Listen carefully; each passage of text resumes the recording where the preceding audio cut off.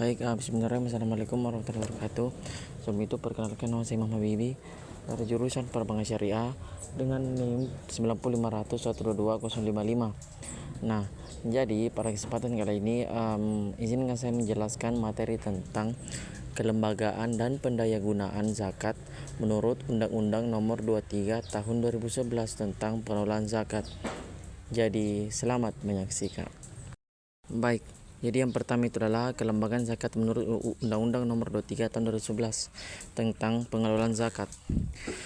Di tahun ini lahir Undang-Undang Nomor 23 Tahun 2011 tentang pengelolaan zakat sebagai revisi Undang-Undang tahun 38 tahun 1999 tentang pengelolaan zakat. Kelahiran Undang-Undang Nomor 23 Tahun 2011 ini memicu kontroversi yang tajam dan tarik-menarik pengelolaan zakat nasional di ranah publik, khususnya antara pemerintah dan masyarakat sipil. Debat publik yang memanas tentang undang-undang yang baru seumur jagung ini berakhir di Mahkamah Konstitusi.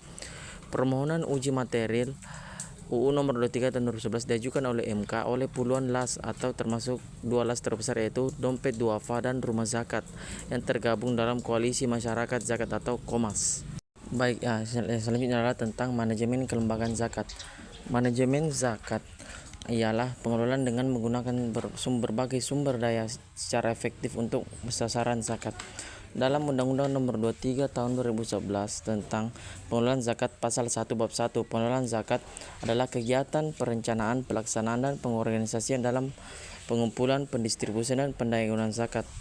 Dalam pengelolaan zakat, yang terpenting dan tidak boleh dilupakan adalah peran amil zakat.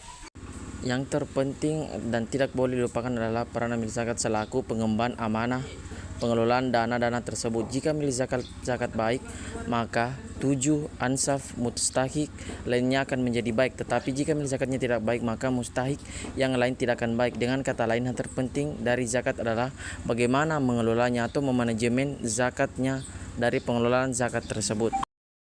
Baik, selanjutnya adalah tentang program pendayagunaan zakat.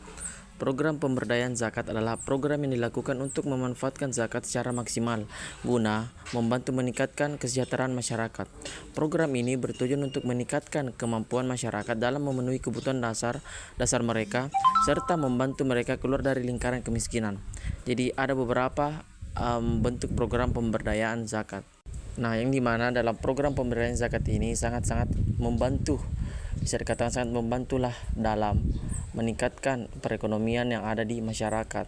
Dengan adanya program pemberdayaan zakat ini, maka kemungkinan banyak masyarakat yang bisa dikatakan kurang mampu dapat terbantu dengan program-program yang dilakukan oleh lembaga-lembaga atau pemberdayaan zakat tersebut. Baik, selanjutnya adalah strategi pendayaan zakat. Yang pertama, program perencanaan yang matang menjadi fondasi utama dalam pelaksanaan program pemberdayaan zakat. Hal ini mencakup penetapan tujuan, identifikasi sasaran, pemilihan jenis program, serta penyusunan jadwal dan anggaran. Basnas misalnya telah menyusun desain strategi pengumpulan, pendistribusian dan pendayagunaan zakat tahun 2005 sebagai panduan strategis untuk mengoptimalkan zakat dalam pengentasan kemiskinan dan peningkatan kesejahteraan masyarakat.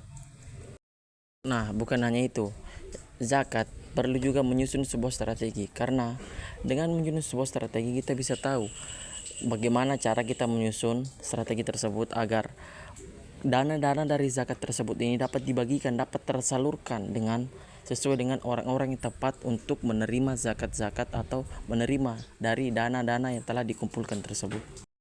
Baik, jadi terakhir yaitu strategi pendayagunaan zakat. Nah, jadi ada beberapa strategi pendayagunaan zakat. Yang pertama itu program perencanaan.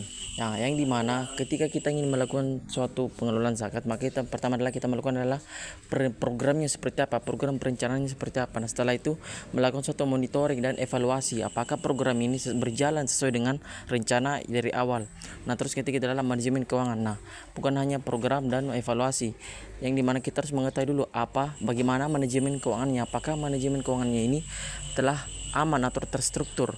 Nah, terus pemilihan mitra kerja. Nah, mitra kerja sangat penting, karena dengan memilih mitra kerja yang bagus maka akan membawa dampak positif lah bagi program penyalahgunaan zakat tersebut.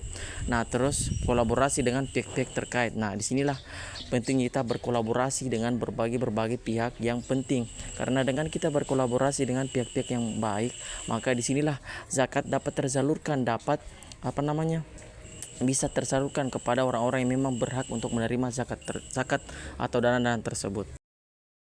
Baik, mungkin saya bisa jelaskan, kurang lebihnya mohon dimaafkan. Sekian, wassalamualaikum warahmatullahi wabarakatuh.